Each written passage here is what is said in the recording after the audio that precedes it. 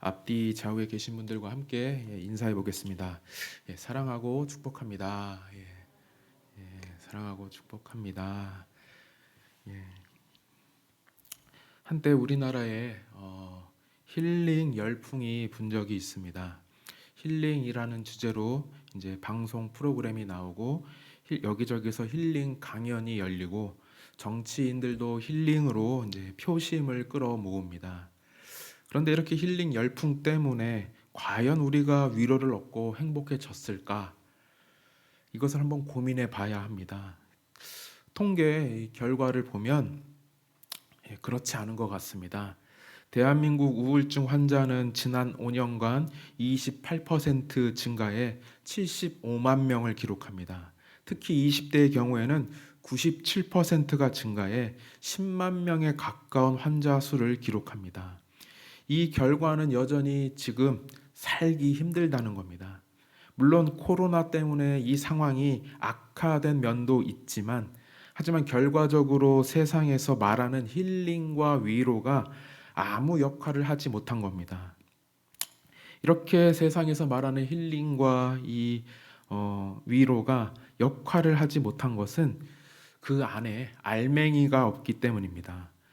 그저 힘내라고 말한다고 해서 힘이 나는 게 아닙니다. 맛있는 음식 먹고 좋은 데 놀러 가도 그때뿐입니다.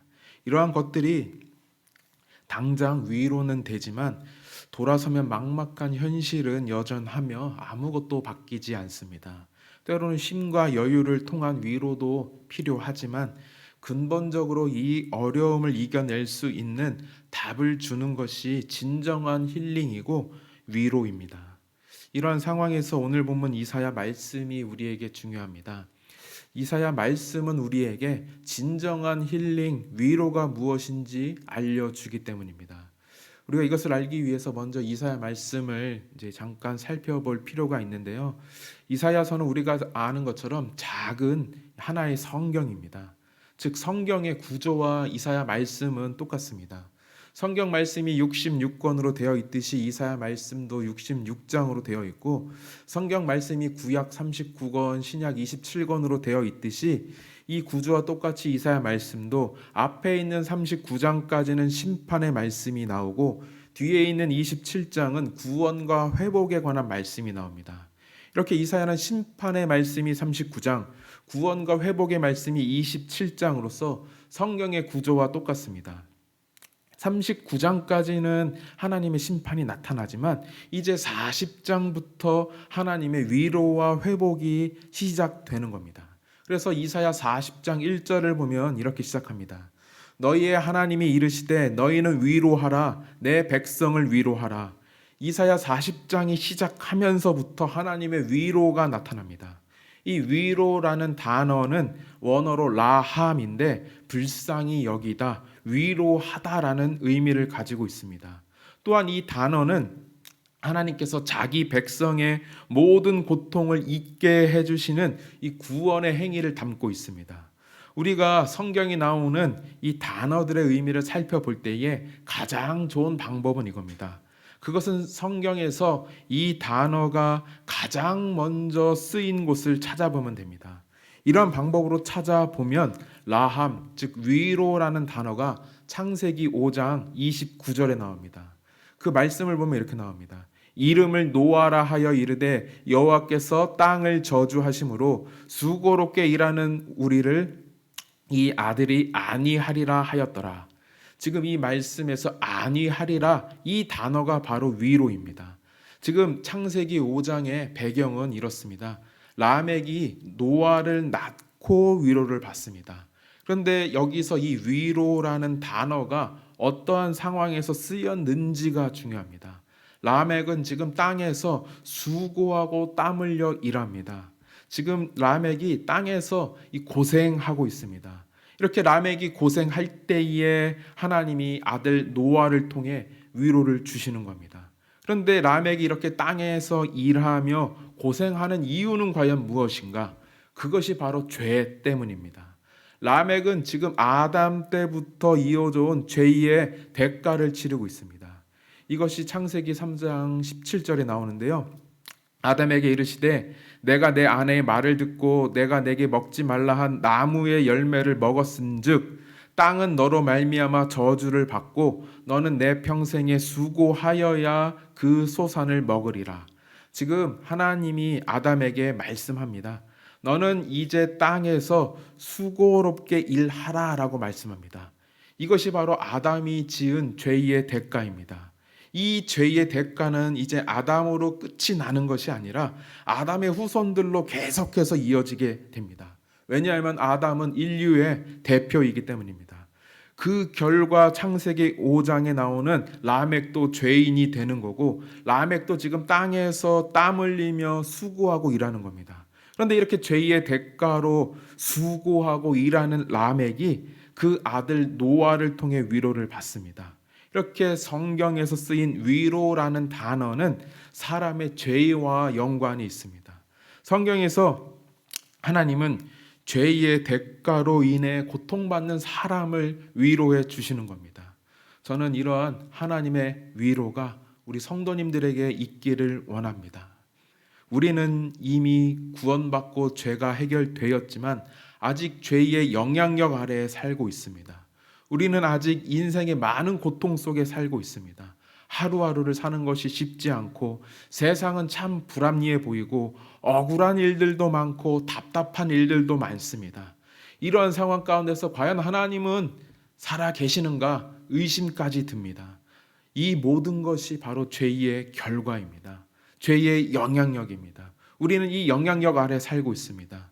이렇게 힘겨운 세상을 사는 우리 성도님들에게 하나님이 주시는 위로가 있기를 소원합니다. 방금 전에 제가 말씀드렸는데 이사야는 1장부터 39장까지 하나님의 무서운 심판이 나타납니다. 죄지은 이스라엘 사람들을 하나님은 죄악 가운데 그냥 내버려 두십니다. 그 안에서 많은 사람들이 고통당합니다. 하지만 이사야 40장부터 하나님의 회복이 시작되는데 하나님이 이스라엘 사람들을 위로하십니다. 그 죄의 결과로 인해 고통당하는 사람들을 하나님이 위로하시고 회복해 주십니다. 이제 심판의 때는 끝이 나고 하나님의 회복과 위로가 시작이 되는데 우리에게도 이렇게 위로와 회복의 때가 있습니다. 그것은 바로 우리가 예수님을 만날 때입니다. 예수님을 만나기 전에 우리의 인생은 이사야 1장부터 39장까지의 인생이었지만, 즉 하나님의 무서운 심판 속에 있었던 인생이었지만, 하지만 우리가 예수님을 만났을 때에 그때부터 우리의 인생은 이사야 40장이 시작되는 겁니다. 즉 하나님의 위로가 시작됩니다. 죄로 인해 고통받던 인생의 위로가 생깁니다. 예수님이 우리 인생의 위로가 되시는 겁니다. 우리가 이것을 누가복음을 통해서 알 수 있는데 누가복음 2장 25절을 보면 이렇게 나옵니다. 예루살렘에 시므온이라 하는 사람이 있으니 이 사람은 의롭고 경건하여 이스라엘의 위로를 기다리는 자라. 성령이 그 위에 계시더라. 지금 이 말씀 보면 예루살렘의 경건한 사람 시므온이 나옵니다. 이 사람은 무슨 특징이 있느냐? 바로 이스라엘의 위로를 기다립니다. 그런데 이 사람이 아기 예수님을 만나자 누가복음 2장 29절에서 이렇게 말합니다. 주제여 이제는 말씀하신 대로 종을 평안히 놓아 주시는도다. 이 말을 쉽게 바꾸면 이겁니다. 하나님, 내가 이제 죽어도 여한이 없습니다. 이렇게 말합니다. 이스라엘의 위로를 기다리는 사람이 예수님을 만나자 이제는 죽어도 여한이 없다고 말합니다. 이 말은 시므온이 하나님의 위로를 이제 보았다는 뜻입니다. 예수님이 바로 이스라엘의 위로가 되신다는 뜻입니다. 즉 예수님이 우리의 진정한 위로가 되십니다. 세상이 줄 수 없는 위로, 사람이 줄 수 없는 위로를 예수님이 우리에게 주시는 겁니다. 왜냐하면 예수님은 우리의 이 고통의 근본적인 문제인 이 죄를 해결해 주시기 때문입니다. 그래서 마태복음 1장 21절을 보면 이름을 예수로 하라. 그가 자기 백성을 그들의 죄에서 구원할 자이다라고 나옵니다. 예수님은 이렇게 우리의 죄를 해결해 주십니다. 그래서 예수님이 우리의 위로가 되십니다. 그래서 마태복음 11장 28절을 보면 수고하고 무거운 짐진 자들아 다 내게로 오라. 내가 너희를 쉬게 하리라. 우리는 모두 다 죄인입니다. 이 땅에서 땀 흘리고 수고하고 살아야 하는데, 즉 죄의 대가를 치러야 합니다. 이렇게 죄로 인해 고통당하는 우리에게 쉼을 주시는 분이 바로 예수님입니다. 예수님이 우리를 위로하십니다. 그래서 예수님이 우리의 위로가 되시는 겁니다. 예수님을 만날 때 그래서 우리의 인생 가운데 진정한 위로가 시작되는 겁니다. 혹시라도 지금 이 시간 아직까지 예수님을 믿지 못하고 만나지 못한 분이 있다면 오늘 이 시간 예수님을 만나는 시간이 되길 원합니다. 오늘 이 시간 예수님을 믿는 시간이 되길 원합니다. 이제 그 인생의 고통이 끊어지고 하늘로부터 내려오는 위로가 시작될 줄로 믿습니다. 예수님이 그 인생의 참된 위로가 될 줄로 믿습니다. 그리고 혹시라도 지금까지 계속 예수님을 믿어왔지만 아직까지 그 인생이 고통 속에 있는 분들이 있다면 우리가 그 해결책을 찾아야 합니다. 그 해결책이 바로 오늘 본문 이사야 58장에 있습니다. 이사야 58장은 우리에게 인생의 고통의 문제를 해결하는 방법을 줍니다. 그렇다면 이사야 58장이 우리에게 주는 해결책은 과연 무엇인가? 첫 번째로 먼저 우리가 하나님을 전심으로 사랑해야 합니다. 형식적으로 신앙생활 하면 안 되는 겁니다. 오늘 본문 1절부터 7절까지 내용이 길었는데, 내용은 어려웠는데 핵심은 이겁니다. 형식적으로 금식하지 말라는 겁니다. 또 뒷부분에 있는 13절의 핵심은 이겁니다. 형식적으로 안식일 지키지 말라는 겁니다. 즉 이사야 58장을 감싸고 있는 앞의 내용과 뒤의 내용, 그 핵심은 뭐냐? 형식적으로 신앙생활하지 말라는 겁니다. 이사야 시대는 이렇게 형식적인 신앙이 팽배해 있고 문제가 됩니다. 이러한 형식적인 문제, 그 신앙의 문제들을 우리가 이사야서 여러 군데에서 찾을 수 있는데요. 이사야 1장 11절 12절을 보면 형식적인 예배가 나옵니다. 여호와께서 말씀하시되 너희의 무수한 재물이 내게 무엇이 유익하뇨? 나는 순양의 범죄와 살진 짐승의 기름에 배불렀고 나는 숫송아지나 어린 양이나 숫 염소의 피를 기뻐하지 아니하노라. 너희가 내 앞에 보이러 오니 이것을 누가 너희에게 요구하였느냐? 내 마당만 밟을 뿐이니라. 지금 이 말씀은 당시 이스라엘 사람들이 형식적으로 드리던 예배를 보여줍니다. 수많은 예물은 드리지만 마당만 밟는 예배, 성전만 그냥 들렀다가 나가는 예배, 형식적으로 예배 자리에 나왔다 돌아가는 예배. 당시 이스라엘은 이렇게 예배가 무너집니다. 하나님은 이러한 예배를 원하지 않습니다. 또한 당시 이스라엘은 혼합주의 신앙도 가지고 있습니다. 즉 하나님도 예배하고 우상에게도 예배합니다. 이사야 1장 1절을 보면 이사야가 어떤 시대에 활동했는지 나오는데 우시야와 요담과 아하스와 히스기 왕 때 이 선지자 역할을 했다고 나옵니다. 여기서 아하스의 이야기가 중요합니다. 아하스 왕의 이야기가 나오는 열왕기하 16장을 보면 아하스가 아수르에 다녀옵니다. 당시 아수르는 제일 강한 나라인데 그 제일 강한 나라의 신전 모습을 보고 그것을 그려서 하나님 앞에 그대로 만듭니다. 하나님의 성전이 있는 곳 맞은편에 만드는 겁니다. 그리고 그곳에서 함께 예배를 드립니다. 아하스가 보기에 하나님 한 분에게만 예배 드리는 것이 부족해 보입니다. 아수르 우상에게도 같이 예배 드리면 이스라엘도 아수르처럼 강해질 수 있다고 생각하는 겁니다. 당시 이스라엘은 이렇게 하나님뿐만 아니라 다른 신도 섬깁니다. 이것이 당시 이스라엘의 신앙입니다. 하지만 우리 하나님은 이러한 마음 원하지 않습니다. 하나님이 우리에게 원하시는 것은 전심입니다. 내 마음의 1번이 하나님이 되기를 원하십니다. 그것을 우리가 첫사랑이라고 부릅니다. 이것은 처음 경험한 사랑이 아니라 내 마음의 가장 높은 우선순위가 바로 첫사랑입니다. 그 첫사랑을 하나님이 원하시고 그 첫사랑의 마음으로 드리는 예배를 하나님은 원하시는 겁니다. 이렇게 우리가 이사야 시대와 같이 형식적으로 하나님을 믿으면 안 됩니다. 우리가 하나님을 전심으로 사랑해야 합니다. 이렇게 하나님을 전심으로 사랑할 때 우리의 인생의 변화가 시작이 되는 겁니다. 그렇다면 위로가 넘치는 인생으로 변화하기 위해서 두 번째 방법은 뭐냐? 그것은 이웃을 사랑하는 겁니다. 당시 이스라엘의 안식일이 되면 이 예루살렘에 있는 성전은 제사와 기도가 가득합니다.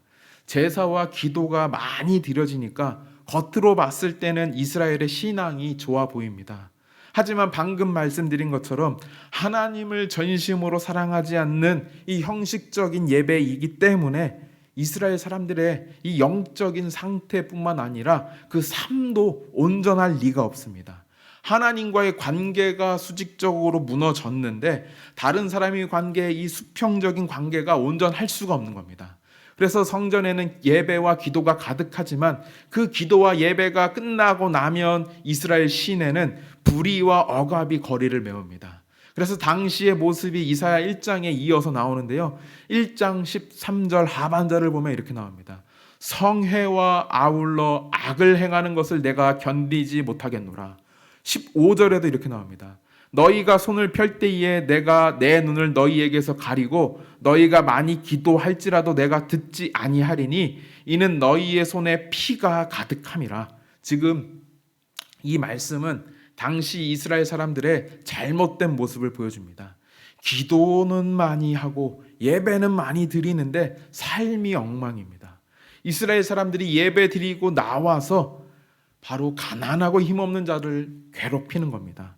이러한 모습이 오늘 본문 58장 9절에도 나오는데 내가 너희 중에서 멍에와 손가락질과 허망한 말을 제하여 버리고, 지금 이 말씀에 나오는 멍에는 압제와 억압을 뜻합니다.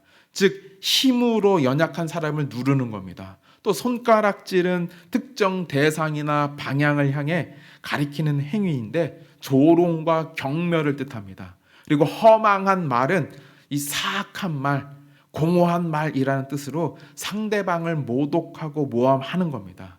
지금 이 말씀에서 보는 것처럼 멍에와 손가락질, 허망한 말 모두 죄입니다. 특별히 사람들 관계 속에서 짓는 죄입니다. 지금 이사야가 말하는 것은 사람들에게 죄 짓지 말라는 겁니다. 그래서 지금 이 말씀에 이어서 10절을 보면은 줄인 자에게 내 심정이 동해야 된다라고 말합니다. 이것을 해석하면 이겁니다. 굶주린 자에게 내 영혼을 주라는 겁니다. 이 말은 내 마음의 깊은 곳에서부터 그 사람의 처지를 이해하고 아픔을 같이 느끼라는 겁니다. 이것은 상대방이 괴로워하는 마음, 그것을 만족시키는 정도를 넘어서서 그 영혼과 자아까지 만족시키는 겁니다. 즉 쉽게 말하면 전심으로 이웃을 사랑하라는 겁니다. 지금까지 제가 예배와 형식적인 예배 그리고 이 사랑하는 것에 대해서 말했는데 결국 58장에서 핵심은 이겁니다. 하나님을 사랑해라. 그리고 다른 이웃을 사랑해라. 그렇게 한다면 너의 인생의 고통은 끝이 나고 하나님이 주시는 위로가 넘치게 된다. 내 인생의 최고의 전성기는 그때 시작하게 된다. 이것을 이사야가 보여주는 겁니다. 그래서 9절 10절은 이렇게 말합니다. 내가 만일 너희 중에서 멍에와 손가락질과 허망한 말을 제하여 버리고 줄인 자에게 내 심정이 동하며 괴로워하는 자의 심정을 만족하게 하면 내 빛이 흑암 중에서 떠올라 내 어둠이 낮과 같이 될 것이며, 지금 이 본문에서 보는 것처럼 형식적인 신앙에서 떠나고 다른 사람과의 관계를 올바로 세우고, 즉 하나님 사랑하고 이웃 사랑할 때 내 빛이 흑암에서 떠오른다. 내 어둠이 낮과 같이 빛나게 된다. 여기서 이 어둠은 자연현상의 어둠도 있지만 인생의 극심한 고난도 말합니다. 즉 낮과 같이 된다는 것은 또 뭐냐? 하루 중에 가장 밝은 정오를 말하는데 내 인생의 가장 밝은 날, 내 인생 최고의 전성기가 온다는 겁니다. 즉 내 인생의 극심한 고통이 바뀌어서 최고의 전성기가 올 수 있다. 그때가 언제냐? 하나님 사랑하고 이웃을 사랑할 때 네 고통의 때가 바뀌어 내 최고의 전성기를 누릴 수 있다. 이것이 바로 오늘 이사야 58장이 우리에게 주는 메시지입니다. 그래서 이 말씀의 맥락을 신명기 10장 13절이 보여주는데요. 내가 오늘 내 행복을 위하여 내게 명하는 여호와의 명령과 규례를 지킬 것이 아니냐.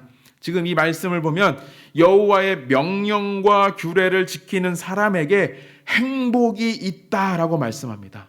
여기서 명령과 규례는 쉽게 말하면 율법입니다. 우리가 잘 아는 것처럼 이 최고의 율법은 그럼 뭐냐? 하나님 사랑하고 이웃을 사랑하는 겁니다. 즉 하나님 사랑하고 이웃을 사랑할 때 내 인생에 행복이 임한다. 하나님 사랑하고 이웃을 사랑할 때 내 인생 최고의 전성기를 누릴 수 있다.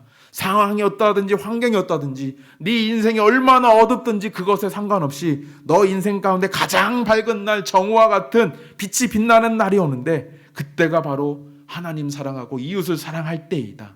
이것이 바로 오늘 이사야 58장이 우리에게 주는 겁니다. 이 말씀처럼 하나님을 사랑하고 이웃을 사랑하여 인생의 행복을 누리고 세상이 줄 수 없는 위로, 세상이 줄 수 없는 인생의 최고의 전성기를 누리는 우리 온세계교회 성도님들 되시기를 바랍니다. 이러한 맥락에서 우리가 오늘 본문 11절도 볼 수 있는데요.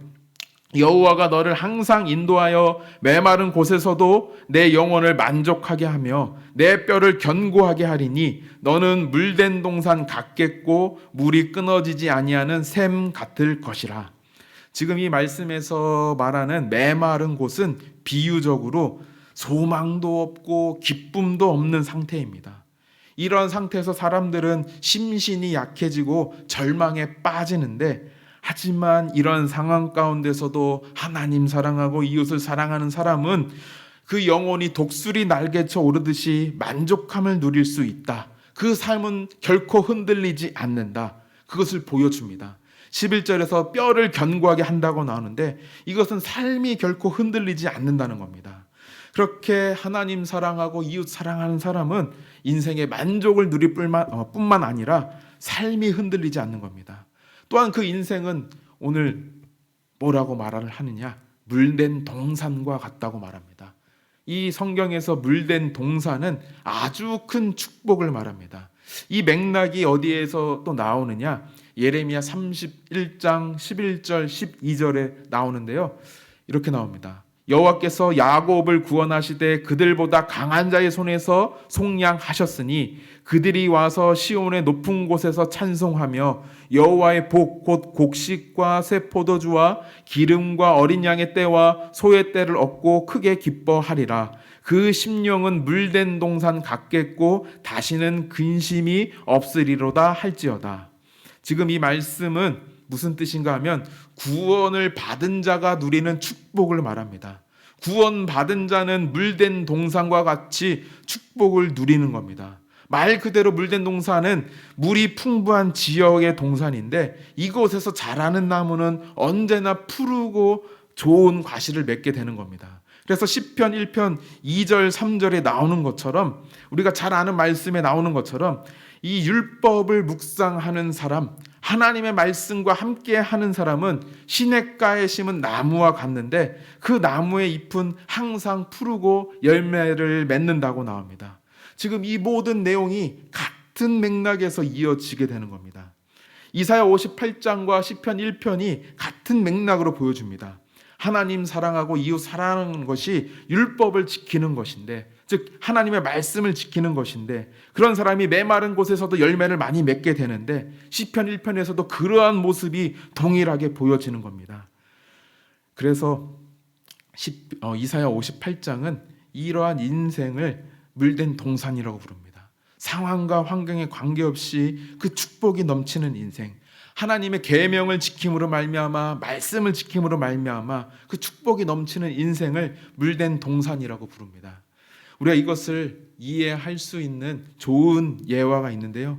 미국의 이 캘리포니아 지역은 이 햇볕이 뜨거운 사막 지역이라 아무 열매를 맺을 수가 없습니다. 하지만 그 사막에 수로를 열어서 물을 가져다 대니까 과실도 커지고 병충해도 없는 너무나 좋은 열매를 맺습니다. 이것이 우리에게 큰 의미를 줍니다. 햇빛이 얼마나 뜨거운지는 상관이 없습니다. 중요한 것은 바로 물입니다. 물이 충분히 있으면 됩니다. 물만 가득히 있으면 됩니다. 물이 가득히 있다면 오히려 햇볕이 뜨거우면 뜨거울수록 열매는 더 풍성하고 좋아지는 겁니다. 이것이 바로 물된 동산과 같은 인생입니다. 저는 우리 성도님들의 인생이 이러한 인생이 되기를 원합니다. 지금 내 인생의 고난이 얼마나 큰지 이것은 중요하지 않습니다.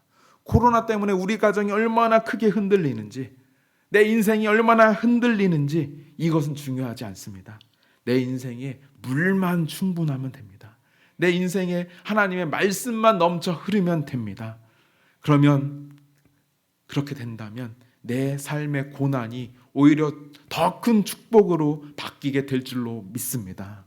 아브라함 링컨은 인생에 27번의 실패를 겪습니다. 누가 봐도 실패한 인생입니다. 이러한 링컨이 자살할까 봐 주변에서 걱정하고 찾아갈 정도입니다. 하지만 그 가운데에서도 링컨은 매일 1시간씩 하나님의 말씀을 읽습니다. 그 결과가 지금 우리에게 보여집니다. 미국에서 가장 사랑받는 역사적인 대통령이 바로 링컨이 되는 겁니다. 우리 성도님들도 이렇게 말씀으로 축복받는 인생이 되기를 원합니다. 오늘 이 말씀을 기억하면서 하나님의 말씀으로 인해 물된 동산처럼 살아가는 우리 온세계교회 성도님들 되시기를 바랍니다. 말씀을 맺겠습니다. 우리는 보통 가을에 이제 한 달 정도 뒤쯤에 추수감사절을 드립니다. 이 날은 1년 동안 수확한 열매를 하나님께 드리며 감사하는 날입니다. 그런데 우리는 농사를 짓지 않기 때문에 하나님께 드릴 이 열매가 없는 것 같습니다. 하지만 우리도 하나님께 드릴 열매가 있습니다. 그것은 바로 내 삶의 열매입니다. 상황과 환경에 관계없이 날마다 하나님을 사랑하고 이웃을 사랑하여, 즉 하나님의 말씀에 순종하여 맺은 인생의 풍성한 열매를 하나님께 감사로 올려드리는 우리 성도님들 되시기를 바랍니다. 그래서 매일의 삶이 이 감사의 삶이 되는 우리 온세계교회 성도님들 되시기를 바랍니다. 이제 우리 같이 한번 찬양하겠습니다.